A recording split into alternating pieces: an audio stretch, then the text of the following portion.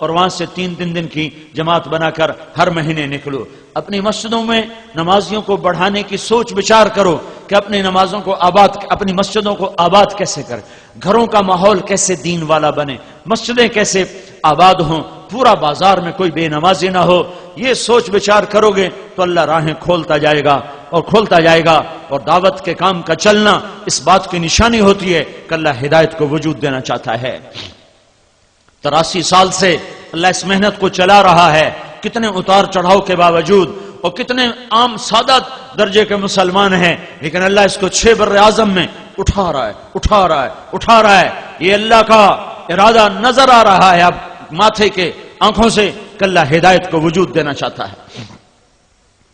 اس سے بھی زیادہ ظلم و ستم بڑھ جائے، اس سے بھی زیادہ آوارگی بڑھ جائے، میری بات لکھ لو کہ ہدایت کا فیصلہ ہو چکا ہے اور باطل کے مٹنے کا وقت آ چکا ہے.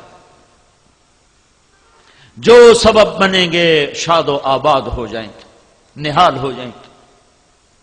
تو اب کل صبح تو یہاں سے نکلنا ہے اجتماع کے لیے. تو جو بھائی نقد تیار ہوں، سال 7 مہینے 4 مہینے چلے کے وہ کھڑے